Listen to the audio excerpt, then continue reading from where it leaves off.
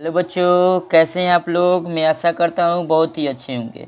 आज के इस वीडियो में हम पढ़ने जा रहे हैं कक्षा 10th के चैप्टर नंबर फर्स्ट है, जिसका नाम है वास्तविक संख्या। क्या नाम है? वास्तविक संख्या। यह गणित की जो है ना फर्स्ट चैप्टर है, जो NCERT की है। आज इस वीडियो में हम लोग इस चैप्टर में एक्सरसाइज 1.1 जो है ना कंप्लीट करने जा रहे हैं। वह एक्सरसाइज 1.1 कंप्लीट करने से पहले जो है ना हम कुछ मुख्य बातों को, इस चैप्टर के जो मुख्य बातें उसके बारे में कुछ जानेंगे, और ये भी जानेंगे कि वास्तविक संख्या क्या है, जो कि आपके चैप्टर का नाम ही है वास्तविक संख्या है, उसके बारे में भी जानेंगे। और बच्चों, इस वीडियो को अगर आपको बेनिफिट हो, इस वीडियो से आपको बेनिफिट हो, तो इस वीडियो को आप लाइक कीजिए, शेयर कीजिएगा और इस चैनल को सब्सक्राइब कीजिएगा। चलिए बच्चों, इसकी मुख्य बातों को पहले हम लोग जानते हैं। बच्चों, इस चैप्टर का नाम है वास्तविक संख्या। क्या नाम है? वास्तविक संख्या। इस चैप्टर का नाम है बच्चों वास्तविक संख्या। और वास्तविक संख्या पढ़ने से पहले जो है ना संख्याओं के कुछ समूह को जानते हैं, और उसके बाद हम लोग जानेंगे कि वास्तविक संख्या होता क्या है। तो सबसे पहले बच्चों, वास्तविक संख्या में बहुत सारे संख्याएं आती है। जैसे पहला है प्राकृतिक संख्या। क्या है? प्राकृतिक संख्या। बच्चों, प्राकृतिक संख्या क्या होती है? तो बोलेंगे इसको इंग्लिश में बच्चों बोलते हैं नेचुरल नंबर। क्या बोलते हैं बच्चों? नेचुरल नंबर बोलते हैं। नेचुरल नंबर बोलते हैं बच्चों। नेचुरल नंबर क्या होता है? तो बोलेंगे बच्चों कि वह संख्या जो एक से प्रारंभ हो। क्या हो? एक से प्रारंभ हो तथा अनंत तक हो। क्या हो? अनंत तक हो। ऐसी संख्याओं को बच्चों हम कहते हैं प्राकृतिक संख्या, अर्थात नेचुरल नंबर कहते हैं बच्चों। इसे हम एन से सूचित करते हैं। क्या बच्चों? हम इसे एन से सूचित करते हैं। जैसे में 1 2 3 4 5 6 7 डॉट डॉट डॉट, जितनी भी हम गिनती स्टार्ट करते हैं बच्चों, वो सारे क्या कहलाएंगे? प्राकृतिक संख्या कहलाएंगे। वह गिनती या स्टार्टिंग से हम एक से स्टार्ट करते हैं कोई भी गिनती को लिखना, तो वो क्या कहलाएगी? प्राकृतिक संख्या। बच्चों, प्राकृतिक संख्या में याद रखिएगा एक बात कि जीरो नहीं आता है। क्या आता है? नहीं है, जीरो नहीं आता है। अगला इसका जो है ना अगला संख्या बच्चों पूर्ण संख्या आता है। क्या आता है? पूर्ण संख्या। पूछ देगा पूर्ण संख्या क्या है, ये भी जानना बहुत जरूरी है। तो बच्चों, पूर्ण संख्या क्या है?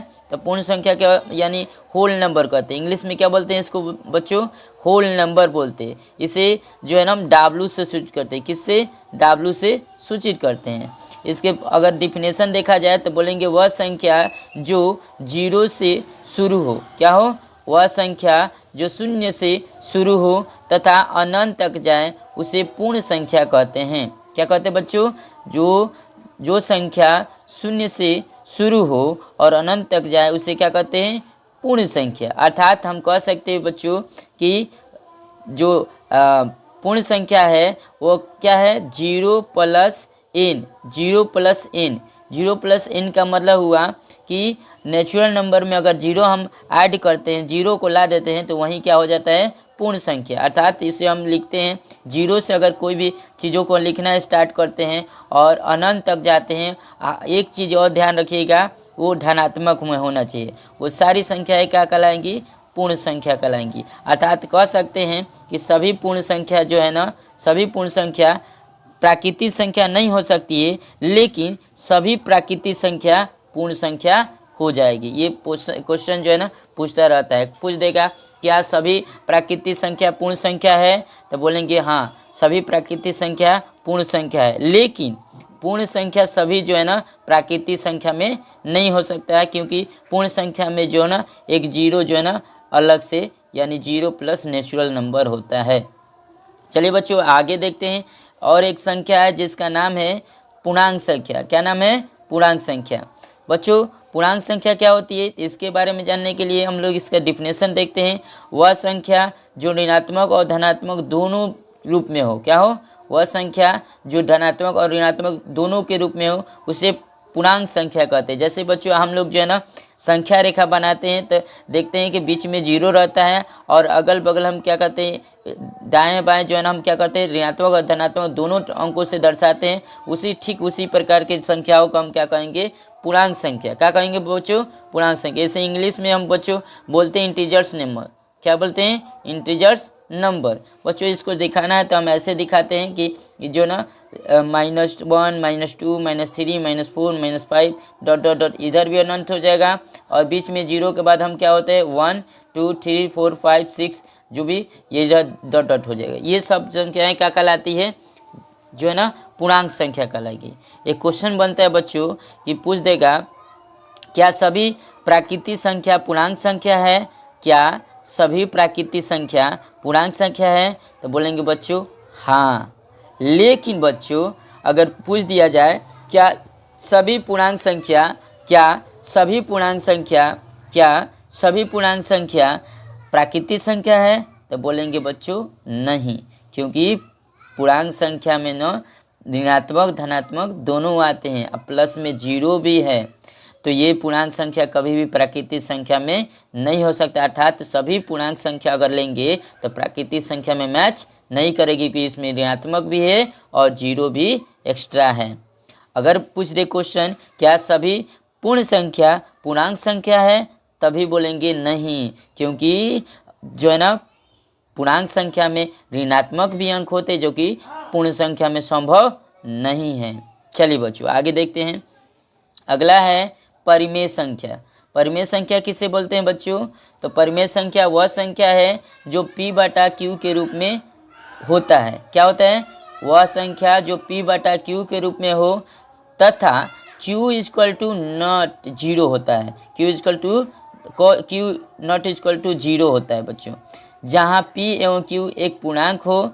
यानी बच्चों ये कहने का अर्थ है, ये बताना चाहता है कि कोई भी संख्या जिसे बटा में लिखा जा सकता हो, कोई भी संख्या जिसे बटा में लिखा जा सकता हो, लेकिन उसके नीचे यानी बटा के नीचे जीरो नहीं होनी चाहिए। अर्थात अगर हम कहें कि 2/0 परिमेय संख्या है तो कहेंगे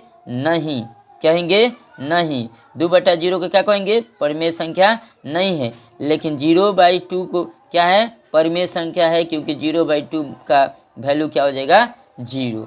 तो हमने आशा करता हूँ आपको समझ में आ रही होगी बच्चों। तो इस तरह से कहेंगे कि परिमेय संख्या क्या है, वह संख्या जो p/q के रूप में जो है ना परिभाषित किया जा सकता है और जिसका q बराबर नॉट इक्वल टू 0 हो, अर्थात कह सकते हैं जिसके बटा में जीरो ना हो। जैसे में हम बोल सकते हैं -4/5, 2/3, 1 2 3 जितने भी काउंटिंग करते हैं उसके बटा में हम क्या कर सकते हैं, 1 लिख सकते हैं और p/q के रूप में लिख सकते हैं। चूँकि सारा इस तरह से सारे संख्याएं हम कहेंगे क्या है, परिमेय संख्या है, जो क्या हो p/q के रूप में लिखा जा सकते हैं। लेकिन एक चीज़ ध्यान देने वाली बातें हैं, जो संख्या का मान जो है ना रूट में ना होना चाहिए, रूट से बाहर निकल जाएगा। अगर कोई संख्या रूट में भी है, जैसे हम लिख देते हैं √4, क्या लिख देते हैं, √4 ये जो है ना परिमेय संख्या है। क्यों, क्योंकि बच्चों √4 का मान जो है ना 2 हो जाता है। लेकिन हम यहीं पे लिख दें √3, तो ये जो है ना परिमेय संख्या नहीं होगा, क्योंकि √3 का मान जो है ना एग्जैक्ट नहीं आता है। तो जिसका मान एग्जैक्ट नहीं आएगा, यानी पूरी नहीं आता है, रूट से बाहर नहीं निकल पाएगा, उस संख्याओं को क्या कहते हैं बच्चों, उन संख्याओं को परिमेय संख्या के रूप में नहीं रखते हैं। आइए इसका अगला है संख्या। एक और चीज़ बच्चों परिमेय संख्या के बारे में मैं बताना चाहूँगा कि अगर कोई क्वेश्चन पूछ दे क्या सभी परिमेय संख्या प्राकृतिक संख्या है, तो बोलेंगे जी नहीं। क्यों, क्योंकि बच्चों सभी परिमेय संख्या जो है ना बटा के रूप में भी होते हैं, माइनस के रूप में यानी ऋणात्मक भी होती है, धनात्मक भी होती है, जीरो के रूप में भी होते हैं, जो कि प्राकृतिक संख्या में ये सारे अंक जो है ना सम्मिलित नहीं होंगे। अर्थात कह सकते हैं सभी परिमेय संख्या जो है ना किसके रूप में नहीं हो सकते हैं, तो प्राकृतिक संख्या नहीं हो सकते। अगर एक और क्वेश्चन पूछ दे कि क्या सभी परिमेय संख्या पूर्ण संख्या है, तो बोलेंगे बच्चों नहीं। क्यों, तो ये भी इसमें भी यही बोलेंगे, क्योंकि परिमेय संख्या में जो है ना जितने भी बटा वाला जो है, फिर ऋणात्मक है, धनात्मक है, सारे अंक आ जाते हैं। जबकि जो ना पूर्ण संख्या में ऐसे नहीं है, ना ऋणात्मक आएंगे ना बटा वाला अंक आते हैं। तो इस तरह से वो कह सकते हैं कि सभी परिमेय संख्या क्या है, पूर्ण संख्या नहीं है। एक और क्वेश्चन पूछे जा सकते हैं क्या सभी पूर्णांक संख्या क्या बोलेंगे, क्या सभी पूर्णांक संख्या, चाहे बच्चों ऐसे भी बोलेगा, क्या सभी परिमेय संख्या पूर्णांक संख्या है, क्या सभी परिमेय संख्या पूर्णांक संख्या है, तो बोलेंगे बच्चों नहीं, क्योंकि पूर्णांक संख्या में भी जो है ना ऋणात्मक और धनात्मक होता है, लेकिन बटा वाला नहीं होता है। 3/4, 5/4 ऐसे जो ना बटा में नहीं होते, अर्थात कह सकते हैं कि सभी परिमेय संख्या जो है ना पूर्णांक संख्या भी नहीं हो सकते।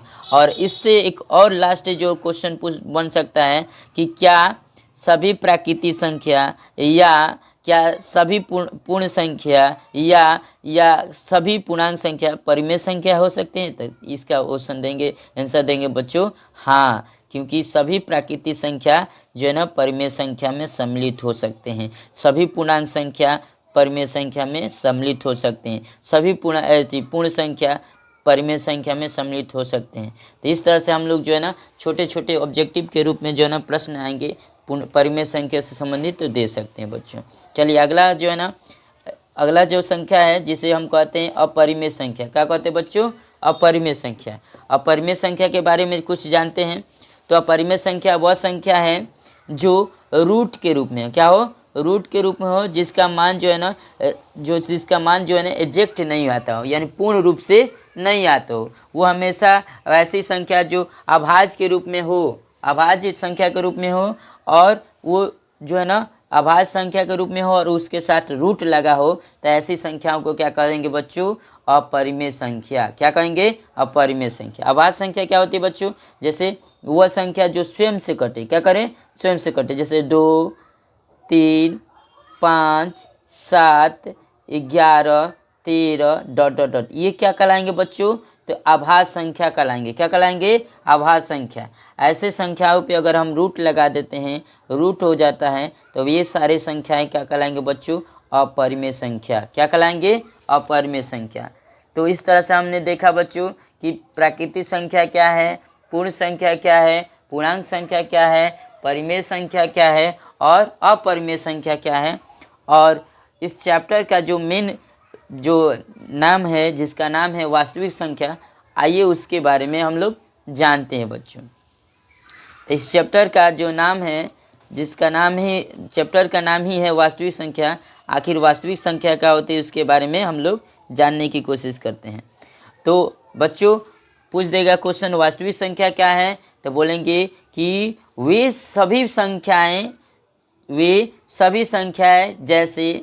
जैसे में बोलेंगे, जैसे प्राकृतिक संख्या, पूर्ण संख्या, पूर्णांक संख्या, परिमेय संख्या, अपरिमेय संख्या, सभी का सम्मिलित रूप को मिलाकर हम क्या कहते हैं, ये यानी रियल नंबर होता है, जिसको हम हिंदी में बोलते हैं वास्तविक संख्या। तो अर्थात कह सकते हैं वास्तविक संख्या किसे कहेंगे, तो बोलेंगे कि वे सारी संख्या जिसे हम रोजाना अपना प्रयोग में लाते हैं, जैसे प्राकृतिक संख्या, पूर्ण संख्या, पूर्णांक संख्या, परिमेय संख्या, अपरिमेय संख्या, वे सारी संख्याओं को सम्मिलित रूप को ही क्या कह सकते हैं, वास्तविक संख्या। अर्थात natural number plus whole number, integers number, rational number और इरेशनल नंबर सभी जो है ना किसके अंदर आ जाएंगे, तो वास्तविक संख्या के अंदर आ सकते हैं।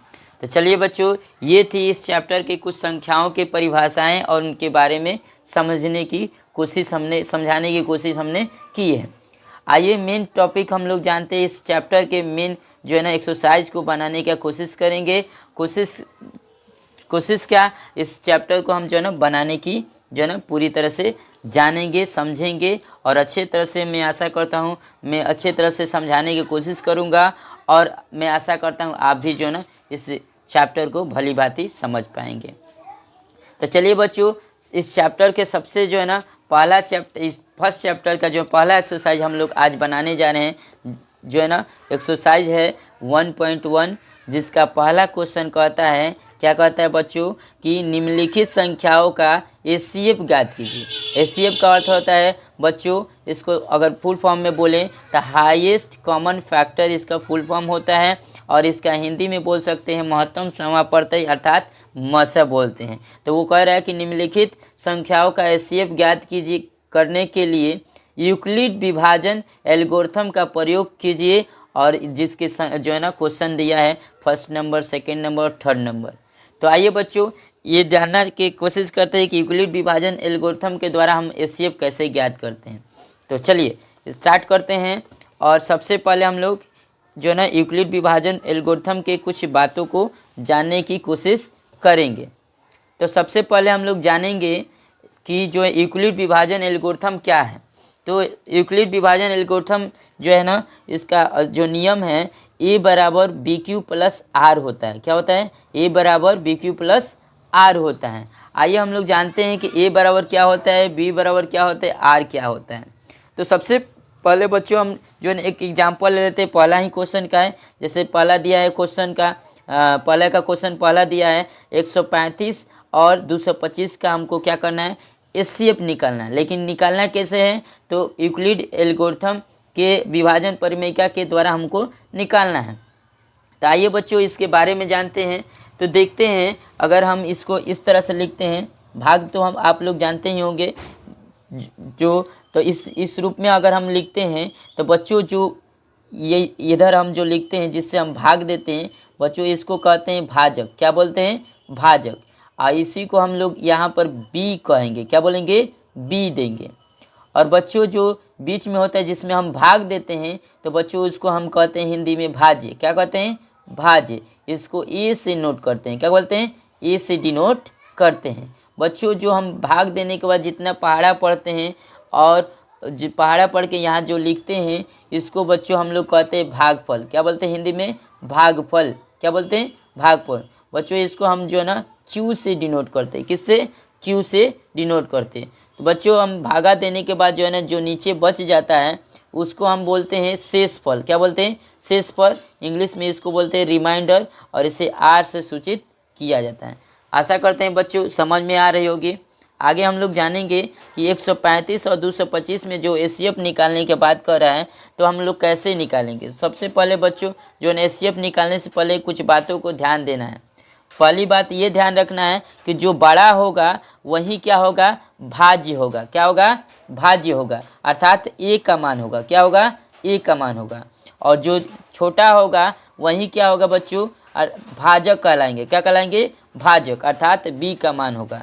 तो कभी भी हमें जो है ना छोटे वाले अंक से बड़े वाले अंक में जो है ना हम लोग को भाग देकर जो है ना एचसीएफ निकालनी है। चलिए बच्चों एक और चीज़, आर का जो वैल्यू होगा वो कभी भी जो है ना जीरो से बड़ा या जीरो के बराबर होगा, लेकिन बी से छोटा होगा। बी कभी भी आर के मान से बड़ा होता है। तो इस तरह से हमने जो है ना मुख्य बातें हैं, आशा करता हूँ आपको समझ में आई होगी। इस चैप्टर्स को हम जो है ना इस तरह से चलते हैं, बनाने की कोशिश करते हैं और भी आपको समझ में आएगी। चलिए इसको जो है ना पहला क्वेश्चन हम लोग सॉल्व करना शुरू करते हैं। तो बच्चों पहला क्वेश्चन है हमारा 135 और 225 का जो है ना हमें यूक्लिड विभाजन एल्गोरिथम का प्रयोग करके जो है ना इसका वैल्यू ज्ञात करना है। चलिए ज्ञात करते हैं। तो बच्चों दिया है, क्या दिया बच्चों, 135, यानी 135 से हमें क्या करना है, 225 में क्या करना है, डिवाइड करना है। एचसीएफ निकालने का ये तरीका है, डिवीजन मेथड कहते हैं बच्चों। और याद रखिएगा बच्चों हम जो जैसे जैसे कर रहे हैं ऐसे ही आपको भी एग्ज़ाम में करना है। जो भी करना है, जो भी ये हम करेंगे सामने जो है ना दिखाना है, अर्थात अपने जो है ना जहाँ पर आप क्वेश्चन को हल कीजिएगा वहीं पे ये ऐसे जो है ना भाग करके, यानी एचसीएफ इस तरह से दिखाना है कि इस तरह से एचसीएफ हम निकाले हैं। चलिए आगे देखते हैं। तो 135 का हम भागा करते हैं 135 के, तो 135 से भागा करते हैं 225 में। तो 135 का पहाड़ा अगर पढ़ते हैं तो देखते हैं कि 225 कितने बार में आता है। तो 225 कभी भी 135 के भागा में नहीं, 135 के जो ना पहाड़ा पढ़ेंगे तो नहीं आएगा, अर्थात देखेंगे कि ये तो है नहीं, तो कितने बार में ये जाएगा। तो अगर नहीं जाता है तो ये भी देखते हैं कि इससे कम 135 के पहाड़ा में को बार में आएगा। तो एक बार में हम ले जा सकते हैं इसको। कितने बार में ले जाएंगे? एक बार में बच्चों। तो एक बार में ले जाएंगे तो ये कितना हो जाएगा बच्चों, 135। जैसे भागा बनाते हैं नॉर्मली वैसे ही भागा बनाते हैं।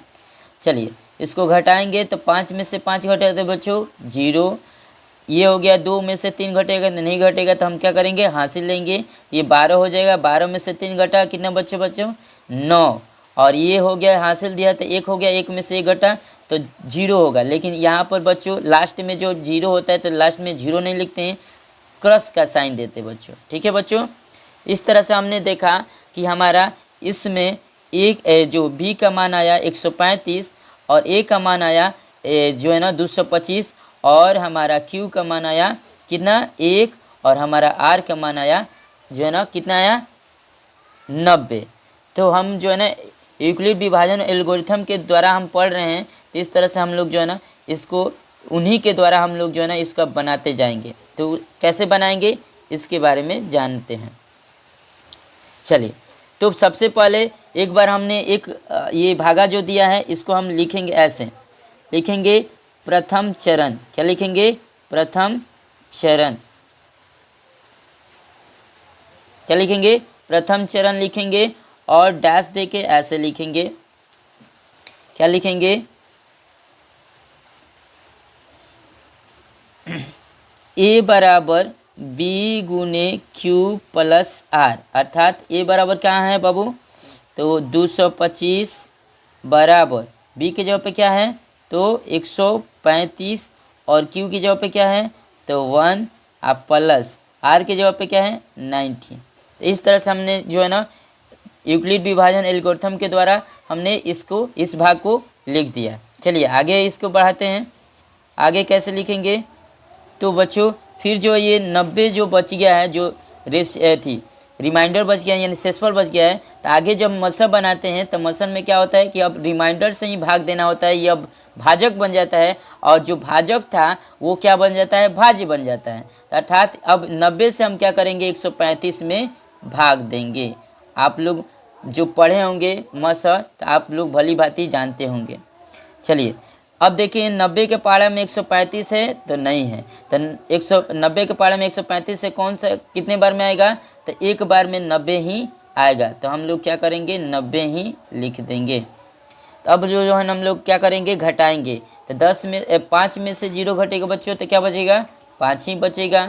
3 में से 9 नहीं घट सकता तो ये हासिल लेगा तो 13 हो जाएगा। 13 में से 9 घटा तो क्या बचा 4 और ये जो है ना एक जो है ना हासिल दे दिया तो क्या हो गया 0 और 0 हो गया तो यानी क्रॉस दे देंगे। अर्थात हमने देखा कि दूसरा पार्ट हमने पूरा किया। क्या किया, ये हो गया दूसरा पार्ट, यानी ये फर्स्ट पार्ट था हमने देखा, ये हो गया दूसरा पार्ट।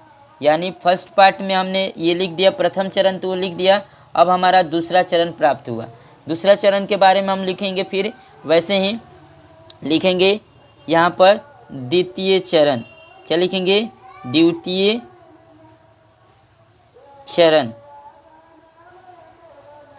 क्या लिखेंगे, द्वितीय चरण। द्वितीय चरण में एल्गोरिथम के द्वारा क्या लिखेंगे, तो लिखेंगे ए बराबर क्या होता है बी गुने क्यू प्लस आर। क्या होता है, ए बराबर क्या होता है बी गुने क्यू प्लस आर। तो बच्चों यहाँ पर ए की जगह पे कितना है, तो ए की जगह पे है 135, बी की जगह पे क्या है 90 और क्यू क्या हो गया 1। तो हम लोग लिखेंगे बच्चों ए के बराबर कितना है 135 अब हो गया और बी कितना हो गया 90 हो गया यानी 90 हो गया और क्यू क्या हो गया 1 और आर कितना हो गया 45। इस तरह हमने दूसरे पार्ट को भी देखा, यानी द्वितीय चरण में भी हमने लिख दिया। अब बच्चों जो ना अगला आगे इसको बढ़ाएंगे। बच्चों मौसम में क्या होता है कि जब तक पूरी कट ना जाए तब तक जो है ना आगे बढ़ाते जाएंगे। ऐसे ही भागा हम लोग पार्ट वाइज देते रहेंगे। ठीक है ना बच्चों, आगे चलते हैं। अब जो है ना बच्चों यहाँ पर 45 जो है ना जो शेषफल बचा था आर बचा था, अब ये यहाँ पर ये भाजक हो जाएगा और जो इसमें सेकेंड पार्ट में जो भाजक था वो अब भाज्य बन जाएगा। यानी अब 45 से 90 में हम लोग भाग देंगे। तब 45 का पहाड़ा पढ़ेंगे 90 देखेंगे कितने बार में आया है, तो 45 उन्हीं के 90 होता है यानी 2 बार में आता है, यानी पूरी आ गया। 90 का 90 नीचे लिख देंगे और देखेंगे 90 में से 90 घटाएं क्रॉस हो जाएगा, यानी पूरा ही खत्म हो गया। यानी थर्ड पार्ट में हमने देखा, क्या देखा, थर्ड पार्ट में पूरी तरह से ये कट गया, यानी ये हो गया थर्ड पार्ट, तीसरा चरण। यानी लिखेंगे तृतीय चरण या तीसरा चरण। क्या लिखेंगे? तीसरा चरण, तीसरा चरण।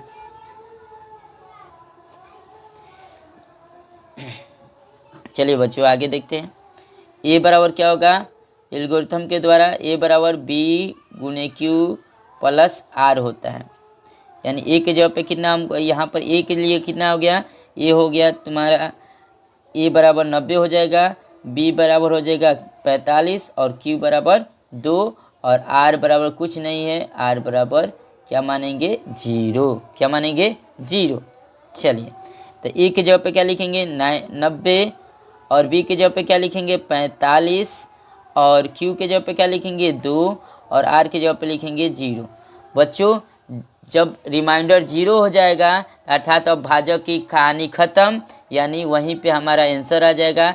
जिस अंक से जो है ना पूरी जो है ना हमारी भागा जो है ना, यानी कह सकते पूरी कट जाता है अंक, जिस अंक से वही हमारा जो कहलाता है एचसीएफ। क्या कहलाता है? एचसीएफ। यानी हमने देखा किस अंक से पूरी कटा है? तो 45 से कटा है। किससे? 45 से। अर्थात यहाँ पर जो है ना रिमाइंडर 0 हो गया और रिमाइंडर 0 करने वाला कौन है? तो 45 है। यानी रिमाइंडर 0 करने वाले को ही क्या कहते हैं? एचसीएफ। क्या कहते हैं? कि एचसीएफ। अतः हम कह सकते हैं एचसीएफ बराबर हमारा कितना आया? 45। यही हम बच्चों हमारा आंसर हो जाएगा। चलिए बच्चों जो है ना नेक्स्ट देखते हैं। दूसरा क्वेश्चन देखते हैं।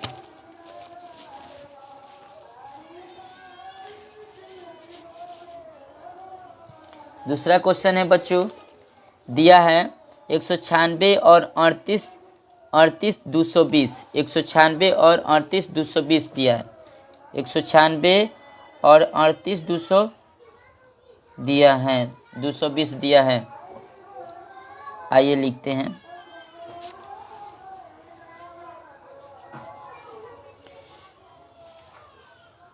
पहला का दूसरा क्वेश्चन 196 और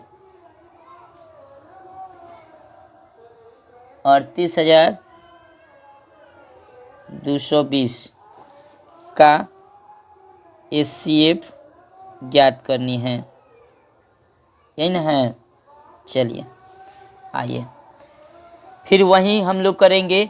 यूक्लिड विभाजन एल्गोरिथम के क्या है? वो कहते हैं ए बराबर क्या होता है? बी गुणे क्यू प्लस आर। इस पे हम लोग को चरण बनाना है और इसी तरह से भाग विधि द्वारा हम क्या करेंगे? एचसीएफ निकालेंगे। तो इसमें देखेंगे ए बराबर क्या होगा? तो ए बराबर जो होता है बड़ा जो अंक होता है उसे ए कहते हैं, यानी 38,220 क्या हो गया? ए हो गया। और बी बराबर जो छोटा अंक होता है उसे क्या कहते हैं? बी, यानी 196 क्या हो गया? हमारा बी हो गया। आइए करते हैं अब हम लोग इसको सॉल्व। भाग विधि द्वारा हम करेंगे तो हमारा बी क्या होता है? 196 है और किस में भागा देना है? 38,220 में भागा देना है। तो बच्चों ये हमारा बी हो गया, ये हमारा ए हो गया और यहाँ जो आएगा वो हमारा क्यू हो जाएगा। तो बच्चों 196 में 38,220 जो है ना 38,220 में हमको भागा देना है। तो बच्चों एक चीज़ हम डायरेक्ट कर देते हैं, आप गुना कीजिएगा तो पता चलेगा 196 का अगर हम पहाड़ा पढ़ेंगे 195 बार तो ये पूरी कट जाएगा बच्चों। तो हम क्या करेंगे? इसको थोड़ा सा याद भी कर सकते हैं, बहुत ही ज़रूरी है, यही एक जो है यूनिक है। तो 196 से 196 का से हम 195 गुना करेंगे बच्चों तो पूरी क्या आ जाता है? 38,220। यानी हम 196 से भागा देंगे 38,220 में तो 195 बार में पूरी ये कट जाता है बच्चों। तो इस तरह से हमने देखा कि पहला पार्ट में ये जो ना 196 क्या किया? रिमाइंडर 0 कर दिया। अर्थात इसमें कितना बनेगा चरण बच्चों? तो बोलेंगे बस फर्स्ट ही चरण बनेगा। तो आइए बच्चों जैसे लिखते थे वैसे हम लोग लिखना शुरू करते हैं। तो लिखेंगे यूक्लिड विभाजन प्रमेय द्वारा प्रथम चरण। प्रथम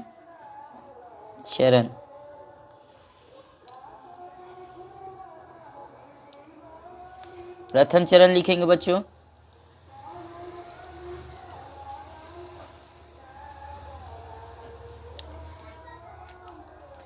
ए बराबर होता है बी गुने क्यू प्लस आर। तो ए की जगह पे कितना बच्चों 38,220 बराबर बी बराबर कितना है बच्चों, बी की जगह पे 196 है और क्यू की जगह पे कितना है बच्चों 195 प्लस आर की जगह पे 0।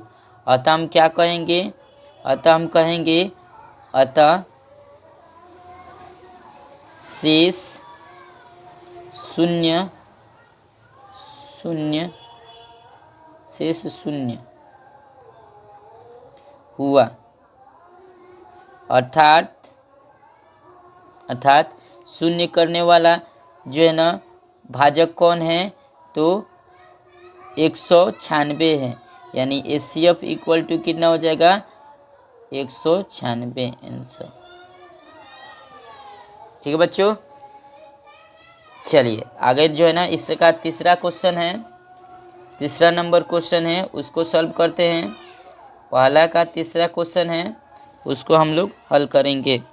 देखिए बच्चों, इसका तीसरा क्वेश्चन कह रहा है कि 867 और 255 का क्या करेंगे हम लोग HCF निकालेंगे। 867 और 255 का HCF हम लोग निकालेंगे। 867 और पहला का तीसरा कितना का है 867 255, 867 और 867 और 867 और 255 का HCF निकालना है किसके द्वारा, तो यूक्लिड विभाजन प्रमेय द्वारा। तो बच्चों हम लोग इसको सॉल्व करेंगे। तो यूक्लिड विभाजन प्रमेय, यूक्लिड विभाजन प्रमेय क्या कहते हैं, ये कहते हैं कि ए बराबर क्या होता है बी गुने क्यू प्लस आर होता है। क्या होता है, ए बराबर बी गुने क्यू प्लस आर होता है। अर्थात जो है ना हम लोग इसको सॉल्व करेंगे। तो हमने ये भी बताया बच्चों, आगे ही बताया, पहले ही बताया कि ए बराबर जो होता है छोटा जो अंक होता है इसमें वो जो है ना बी हो जाएगा और जो बड़ा अंक होगा वो ए हो जाएगा। तो इसमें बड़ा कौन है 867, अर्थात 867 ए का मान हो गया और बी बराबर कितना हो जाएगा 255। कितना होता है 255। क्यों, क्योंकि बी से हमें क्या करना है ए में भाग देना है, यानी भाजक बी को क्या कहते हैं भाजक और ए को क्या कहते हैं भाज्य। क्या बोलते हैं अभाज्य। तो भाज्य का मतलब होता है जिसमें भागा दिया जाता है, भाजक मतलब जिससे भागा दिया जाता है। तो इसको कैसे लिखेंगे, ऐसे लिखेंगे। तो हमारा भाजक यहाँ होगा, यहाँ भाज्य हो गया और ये इसको कहते हैं जो है ना भागफल। क्या कहते हैं भागफल। और नीचे जो बचता है उसको शेषफल बोलते हैं। इसको हम क्या बोलते हैं बी, इसको बोलते हैं ए, इसको बोलते हैं क्यू। आइए बनाते हैं। तो हम लोग देखेंगे तो बी के जगह पे कितना है 255, यानी 255 से हमें क्या करना है डिवाइड करना है किस में 867 में, किस में 867 में। तो 255 के पहाड़ा पढ़ेंगे तो 867 देखेंगे कितने बार में आ रहा है। तो देखते हैं, तो 4 बार में देखते हैं तो 2 चौके 8 होता है, लेकिन 4 बार में तो आएगा नहीं। तो हम लोग क्या करेंगे 255 गुने 3 बार करके देखते हैं। तो 5 15 के 5 हासिल 1, 25 15 1 16 के 6 और 3 6 1 7, 765 आता है ना। 25 15 के 5 हासिल 1, आप 25 15 1 16 के 6 हासिल 1, 3 6 1 7। लेकिन 4 बार ले जाएंगे बच्चों तो ज़्यादा हो जाएगा, तो 3 बार में ही हम लोग क्या करेंगे ले जाएंगे। तो कितना है 3 बार में 765। कितना है 765। हम लोग घटाएंगे 7 में से 5 घटा 2 बचा, 6 में से 6 घटा 0 बचा और ये 8 में से 7 घटा 1 बचा। तो बच्चों हमने देखा कि यहाँ पर आर बराबर कितना आ गया 102 और ए बराबर हमारा बी बराबर क्या है 255, ए बराबर क्या है 867 और क्यू बराबर क्या है हमारा 3। तो हम लोग जो है ना यूक्लिड विभाजन प्रमेय के द्वारा हम लोग लिखना स्टार्ट करते हैं। तो उनका नाम है कैसे लिखते हैं वो तो वो कहते प्रथम चरण के रूप में हम लिखेंगे प्रथम चरण, प्रथम चरण के रूप में लिखेंगे। तो प्रथम चरण के रूप में कैसे लिखेंगे, तो देखिए प्रथम चरण में ऐसे लिखते हैं ए बराबर बी गुने क्यू प्लस आर, ए बराबर बी गुने क्यू प्लस आर। ए की जगह पे कितना है बच्चों, 867, कितना है 867 बराबर बी कितना है बच्चों, तो 255 बच्चों, क्यू कितना है 3 प्लस आर की जगह पे कितना है बच्चों 102। ये हमारा हो गया, ये हमारा प्रथम चरण हो गया, यानी फर्स्ट डिवाइड हो गया। अब फिर उसी तरह से जैसे करते हैं, फिर मसम में क्या करते हैं, अब जो शेषफल बचता है वही अब क्या बन जाता है, भाजक बन जाता है, और जो भाजक रहता है वो भाज्य बन जाता है। अर्थात हम 102 से अब भाग देंगे किसमें, 255। ये मसब बनाने का तरीका है बच्चों, मसा इसी तरह से बनाए जाते हैं। तो हम लोग भाग देंगे तो 102 का पहाड़ा पढ़ेंगे तो देखेंगे 255 आता है, तो 102 दूनी के क्या होता है 204 होता है। और एक बार और पढ़ेंगे तो ज़्यादा हो जाएगा बच्चों, जो कि 255 नहीं आएगा तो 2 बार हम ले जाएंगे, कितने बार में 2 बार में ले जाएंगे। तो 102 दूनी के क्या होगा 204, कितना हो जाएगा 204। तो घटाएंगे तो 5 में से 4 घटा 1 बचा, और ये हो गया 5 में से 0 घटा 5 बच गया, 2 में से 2 घटा 0, अर्थात क्रॉस कर देंगे। अर्थात हमारा जो है ना दूसरा जो है ना पार्ट भी बन गया, यानी पहला चरण ये हो जाएगा, और ये क्या हो गया दूसरा चरण, इसको फर्स्ट चरण कहेंगे। ये जो हमारा आया दूसरा चरण के लिए आया, जो भी आया तो इसको क्या बोलेंगे बच्चों, हम बोले हैं बी, इसको क्या बोलेंगे ए, इसको क्या बोलेंगे क्यू, और इसको बोलेंगे आर। यानी दूसरा चरण के लिए क्या हो गया हमारा, ये हो गया बी, और ये हो गया ए, और ये हो गया क्यू, और ये हो गया आर। तो दूसरा चरण लिखेंगे बच्चों, हम लोग दूसरे चरण में लिखेंगे द्वितीय चरण। द्वितीय चरण में क्या लिखेंगे बच्चों, तो फिर वैसे ही लिखेंगे ए बराबर बी गुने क्यू प्लस आर। तो हम लोग लिखेंगे ए के जगह पे कितना है बच्चों 255 बराबर बी के जगह पे कितना है 102, और गुने क्यू के जगह पे कितना है 2, और प्लस आर के जगह पे कितना है 51। इस तरह से हमने द्वितीय चरण भी कर ली। अब आते हैं अगला, इसका ही जो है ना आगे बढ़ाते हैं। तो हम लोग जो ना तृतीय चरण में प्रवेश करेंगे। तो अब क्या हो जाएगा, ये शेषफल जो हो गया क्या बन जाएगा भाजक, और जो इसके पीछे यानी द्वितीय चरण में जो भाजक था वो क्या हो गया भाज्य। अर्थात 51 से हम क्या करेंगे 102 में भाग करेंगे। तो कितने बार में जाएगा बच्चों, तो 2 बार में। 51 दूनी के क्या होता है 102, यानी 102 आ गया। हम लोग जो है ना 102 में से 102 घटा, कुछ नहीं बचा, यानी काट कूट कर दिए। अर्थात यहाँ पर बी हमारा क्या आ गया, बी हो गया 51, एक जो हो गया 102, और क्यू जो हो गया कितना हो गया 2, और आर बराबर हम क्या मानेंगे बच्चों 0, यानी 0 हो गया। तो ये हमारा तृतीय चरण कंप्लीट हुआ। कितना आया तृतीय चरण कहलाएगा। ये क्या कहलाएगा, यहाँ से ये भाग जो है ना हमारा तृतीय चरण कहलाएगा। ठीक है, तो हम लोग लिखेंगे तृतीय चरण, क्या लिखेंगे तृतीय चरण यानी तीसरा चरण। तो यहाँ पर लिखेंगे तीसरा चरण, क्या लिखेंगे तीसरा चरण। तो तीसरा चरण क्या लिखेंगे ए बराबर बी गुने क्यू प्लस आर। ए के जगह पे कितना है बच्चों, ए के जगह पे है 102, कितना है 102, 102 बराबर बी के जगह पे कितना है 51, 51 गुने क्यू के जगह पे कितना है बच्चों, तो क्यू के जगह पे 2, आप प्लस आर के जगह पे कितना बच्चों, तो 0, 0। अर्थात हमने देखा कि शेषफल 0 हुआ। क्या हुआ,